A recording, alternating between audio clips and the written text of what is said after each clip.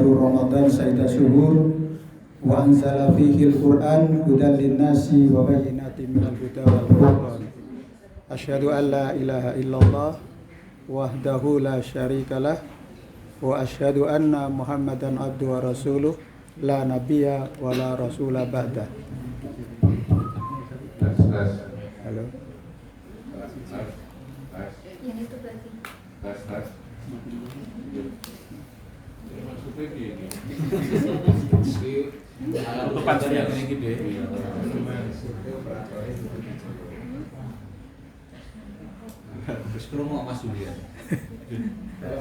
Sambil menunggu.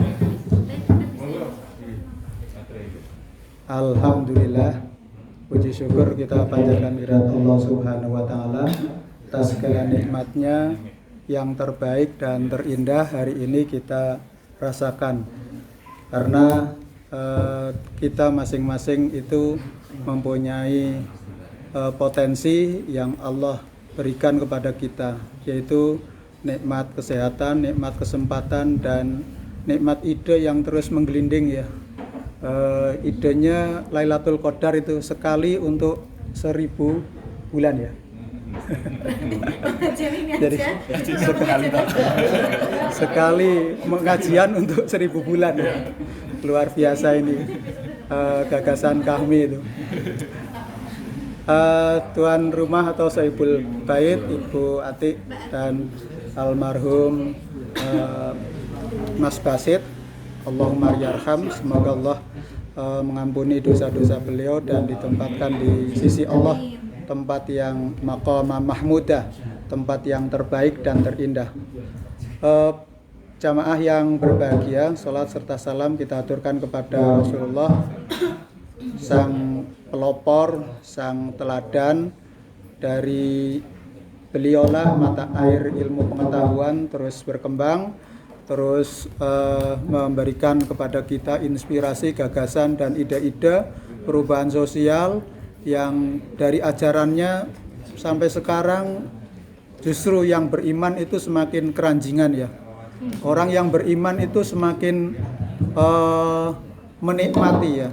Inilah yang namanya halawatul iman ya, manisnya iman. Kalau iman sudah menggunjang dalam hati kita, apapun rintangan, apapun hambatan akan dilaksanakan. Ide-ide cerdas untuk melakukan suatu perubahan sosial terus dilaksanakan. Karena dari salah satu cabang, jadi ada iman itu ada 70 cabang, dan salah satunya ini adalah ya yang paling ringan, paling sederhana adalah menyingkirkan ranjau dari jalan itu. Tapi saya kira ranjau itu tidak ada sekarang. Yang ada mungkin duri, yang ada mungkin tikus di tengah jalan ya. Sehingga banyak pandemi itu ya karena memang akhlak di tengah-tengah jalan ataupun membuang sampah di tengah jalan ini adalah karakter yang memang harus dikikis.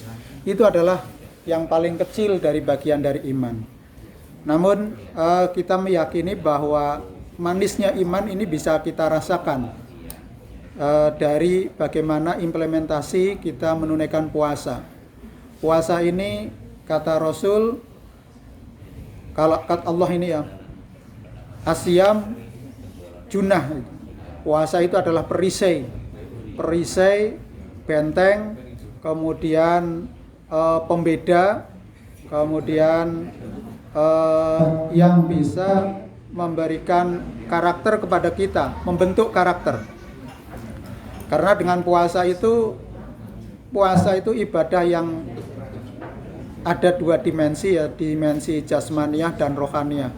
Dimensi jasmaniah itu Allah akan memberikan balasan orang-orang yang berpuasa shaimun itu dengan iftar. Nanti yang sebentar lagi, nggak ada 1/4 jam ya, kita akan berbuka. Ini adalah farhatun ketika kita iftar, ketika kita berbuka puasa. Sehingga ini adalah sifatnya jasmaniah sekali. Kita merasakan nikmat Allah yang jasmaniah ini secara tunai. Nikmat-nikmat yang Allah berikan itu tidak diangsur ya. kita menerima nikmat dari Allah itu secara tunai. Demikian juga puasa ini kita langsung bisa merasakan perbedaan dari lapar dan dahaga, menahan syahwat. Setelah iftar berbuka puasa itu kita diberikan kebebasan. Namun tetap kebebasan itu dalam kebebasan yang terbatas, yaitu dalam kerangka tidak melanggar nilai-nilai syariah atau nilai-nilai spiritual yang harus dilakukan. Nah, itulah kebahagiaan jasmania yang kita rasakan sebagai orang yang berpuasa. Kemudian yang kedua adalah inda liqa'a rabbih. Ketika seorang yang berpuasa ini berulang menghadap Allah Subhanahu wa taala kembali kepada Allah Subhanahu wa taala. Sebagaimana almarhum Mas Babsid ini sudah irji ila rabbiki radiyatan mardiyah. Beliau sudah kembali kepada Allah, ke tempat yang terindah, yang terbaik. Nah, beliau sudah bertemu dengan Allah, sudah bertemu karena amal-amal yang kita lakukan itulah yang akan memberikan kepada kita. Maka farhatun inda liqa'a rabbi ini adalah kenikmatan tertinggi dari orang yang menunaikan puasa. Sampai-sampai Allah itu berfirman dalam hadis qudsinya, wa ana adzibihi, dan akulah yang akan langsung membalas orang-orang yang menunaikan puasa. Nah, ini nikmat yang jasmaniah yang sebentar lagi kita rasakan. Kita bisa bersilaturahmi, kita bisa bermuajahah, kita bisa berkontak lens, kita bisa bertafassur, saling berjabat tangan. Ini adalah bentuk satu kenikmatan yang kita rasakan.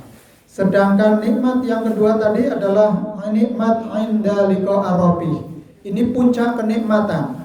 Kita bisa merasakan ya, nikmat ibadah-ibadah yang kita lakukan itu terasa nikmat.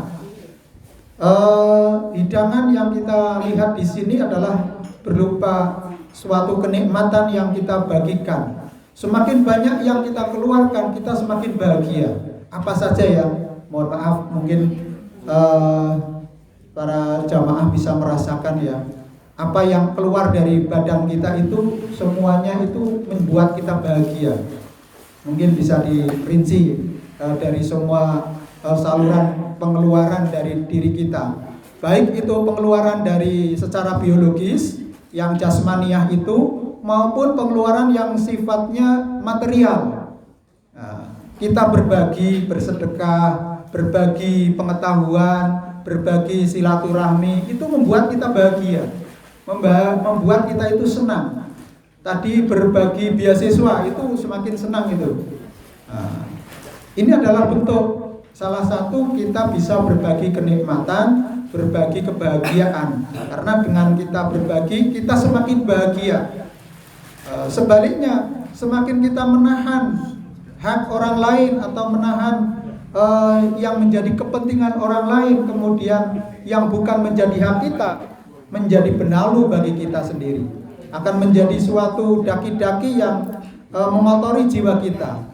Maka kita membersihkan diri kita dari orang-orang yang berpuasa itu dengan membersihkan jiwanya itu dengan juga berbagi, yaitu kita berbagi melalui zakatul fitrah. Zakat fitrah ini adalah zakat yang dikeluarkan setiap jiwa yang hidup selama menjelang sholat Idul Fitri. Jadi siapa saja yang hidup dalam kondisi apapun wajib mengeluarkan zakat fitrah, zakat jiwa. Itu adalah untuk membersihkan jiwa-jiwa orang yang berpuasa. Jadi puasa kita itu akan sempurna dengan kita mengeluarkan zakat fitrah. Mengapa? Karena di sela-sela puasa kita, sekalipun kita sudah bisa menahan diri dari makan, minum, syahwat, tetapi menurut Imam Ghazali ada 3 tingkatan orang berpuasa. Puasanya saumul am, kemudian saumul khas, khausul khas, khawasul khawas. khawasul khawas, yaitu puasanya yang paling level yang tertinggi. Puasa yang pertama itu adalah orang pada umumnya, yaitu berpuasa dengan menahan lapar, dahaga, syahwat. Di situ puasa yang pada umumnya orang melakukan. Level kedua adalah puasanya hati kita, kemudian puasanya organ-organ kita dari hal-hal yang negatif, lisan kita yang berkata-kata ataupun jari kita yang membuat konten-konten di dalam media sosial yang mungkin tidak bermanfaat, yang mengandung rofas, fusuk wal jidal, yang mengandung hoak, yang mengandung fitnah, yang mengandung hal-hal yang lain, itu terkikis dengan ibadah ataupun fitrah, sehingga puasa kita menjadi clean gitu, menjadi clean, menjadi bersih.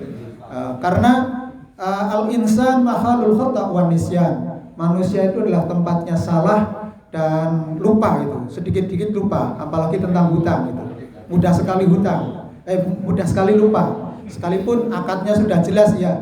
Ya, kalau kita jadi dewan pengawas syariah itu sering banyak orang itu lupa itu. Kalau punya akad mudharabah ataupun musyarakah dan lain-lain yang ada kewajiban untuk membayar. Nah, sehingga hal-hal yang semacam itu bisa terkikis, bisa habis, bisa bersih dengan kita menunaikan zakatul fitrah. Kemudian zakat mal tentu ini adalah untuk membersihkan aset-aset kita dari daki-daki hak-hak orang lain yang harus kita bersihkan. Sehingga kalau mencapai selama 1 tahun nyampe nisab dari usaha-usaha, bisnis-bisnis yang kita lakukan, maka kita keluarkan zakatnya. Kalau nisabnya sudah 85 gram emas, maka dikeluarkan 2,5% dari kita untuk membersihkan dari hak-hak orang lain dari harta kita. Sehingga diri kita dibersihkan dengan zakat fitrah, kemudian aset-aset kita, aset perusahaan ataupun bisnis-bisnis kita dan usaha-usaha kita dibersihkan dengan zakat mal. Sehingga semua yang kita miliki, baik itu yang spiritual dan maupun yang jasmaniah dan material, itu semuanya sudah bersih dengan kita menunaikan zakat. Kemudian level kedua tadi adalah puasanya menurut Imam Ghazali, puasanya puasa khusus, yaitu orang yang menunaikan puasa khusus dari menambahkan, menjaga tadi makan, minum, syahwat, dan menjaga organ-organ tubuh kita, pendengaran, penglihatan, kemudian semua anggota tubuh kita untuk tidak melakukan perbuatan-perbuatan dosa. Dan level yang ketiga dari puasa yang kita lakukan itu adalah khawasul khawas, puasa yang khusus, di mana orang menunaikan puasa tidak sekedar tadi jasmaniah, tetapi sudah kehadiran spiritual. Dan ini tidak hanya dari fisik saja, tetapi adalah betul-betul niat dari hati yang terdalam, semua kerangka berpikir, kerangka tindakan, dan output yang dikeluarkan itu seperti tawon, lebah yang senantiasa memproduksi royal jelly dan madu. Itulah hakikat dari puasa yang kita lakukan, yaitu puasa khawasul khawas. Level inilah yang mungkin bagi alumni HMI atau adik-adik di HMI harus diupayakan sampai di level ini. Karena tadi Kanda Rohadi juga menyampaikan tentang bagaimana perjalanan spiritual seorang sufi. Level ini adalah memang dimiliki oleh sufi, orang yang mempunyai kemampuan berpuasa yang sudah tulus, sudah ikhlas, sudah tidak orientasinya dunia. Dunia itu nanti menjadi side effect saja karena ketulusan dan keikhlasan kita. Jadi dimensi vertikal akan lebih kuat, kemudian dampaknya adalah horizontal. Semua ibadah yang kita lakukan itu 2 dimensi. Secara fisik, secara material seperti ini adalah kita muamalah manas, tapi secara spiritual kita langsung kontak dengan Allah, langsung gitu, kepada Allah Subhanahu wa taala. Jadi semua ibadah yang kita lakukan adalah secara vertikal menuju kepada Allah Subhanahu wa taala, sedangkan dampaknya itu adalah sosial. Contoh tadi kita puasa. Puasa ini adalah membuat kita mempunyai perasaan yang kita merasakan lapar dahaga. Kita bisa mengkontekstualisasikan perasaan puasa kita itu dengan berempati, dengan membayangkan bagaimana seandainya kita pada posisi orang-orang yang mustad'afin, orang-orang yang lemah ekonominya, lemah sosialnya. Kalau Mas Badrus ini lemah hukumnya ya, itu orang-orang yang terlilit masalah hukum ini adalah orang-orang mustad'afin yang harus dibebaskan supaya mereka tercerahkan dari sisi hukum dan tidak terbelenggu sehingga bisa kembali normal dari jerat-jerat masalah hukum yang dihadapi. Ini adalah dimensi sosial yang kita rasakan dari ibadah-ibadah yang kita lakukan. Semua ibadah itu berujung kepada vertikal kepada Allah, tetapi dampaknya sosial.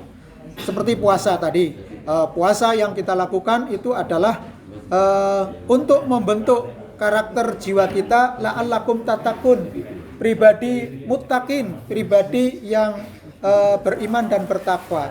Saya gambarkan dari pribadi muttaqin adalah pribadi yang seperti fungsi-fungsi madu tadi, royal jelly dan madu dari tawon yang diproduksi.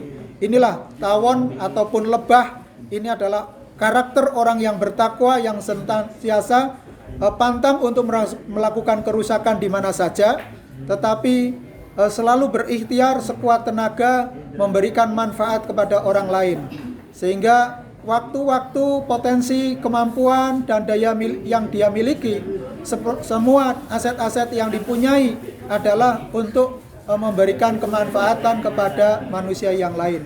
Sehingga Rasulullah SAW bersabda, khairun nas anfa'uhum linnas, sebaik-baik manusia mereka manusia orang-orang yang senantiasa bisa memberikan manfaat di mana saja, bersama siapa saja, kapan saja.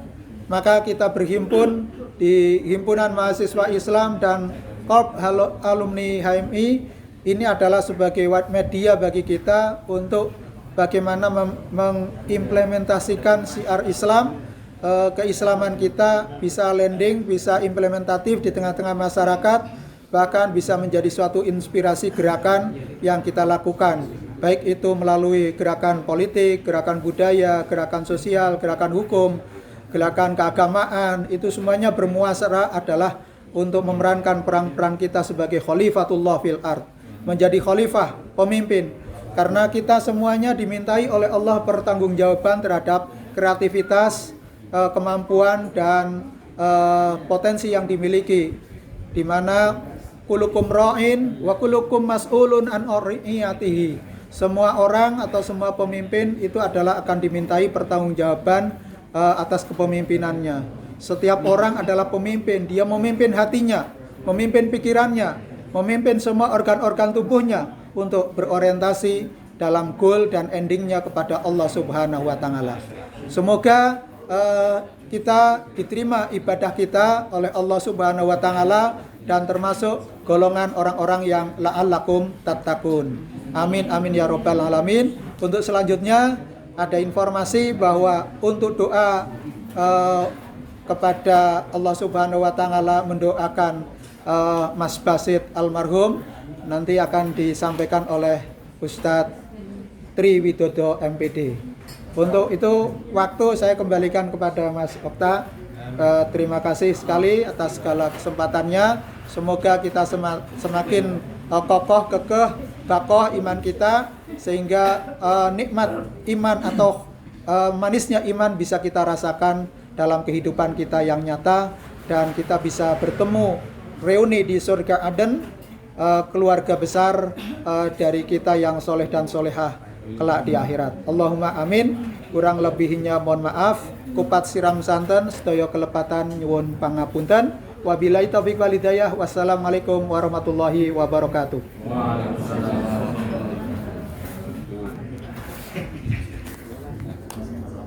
Matur nuwun Pak Ustadz, Mas Sulijanto. Ini nampaknya sudah siap sidang promosi doktor ini. Yang disampaikan tadi sungguh luar biasa, dan bagaimana kemudian kalau saya ambil intinya adalah puasa ini sebenarnya memantapkan jiwa, karakter kita, dan juga kepekaan sosial kita. Oke, leres itu. Dan semoga kita istiqomah nanti setelah puasa selesai tetap istiqomah, amalan-amalan puasa tetap bisa istiqomah. Ramadan sayyidah syuhur wa anzala fihi al-Qur'an hudan lin-nasi wa bayyinatin minal huda wal furqan. Asyhadu an la ilaha illallah wahdahu la syarikalah wa asyhadu anna Muhammadan abduhu wa rasuluh la nabiyya wa la rasula ba'dah. Halo. Yang itu berarti. Maksudnya gini.